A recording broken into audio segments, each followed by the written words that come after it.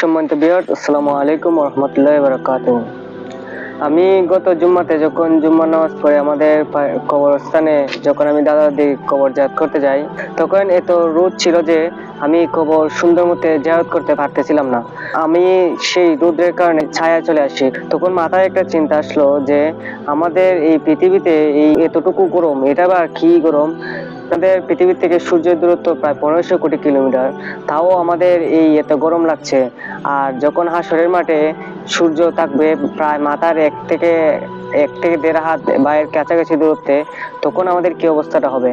আর আমরা এই কিছু তাপমাত্রায় এত গরম অনুভব করছি, আর যেই কবরবাসীরা জাহান্নামীরা যারা আছে দুনিয়ার পাপের কারণে, যাদের কবর এখন জাহান্নামে আগুন জ্বলছে, তারা কি অবস্থায় আছে?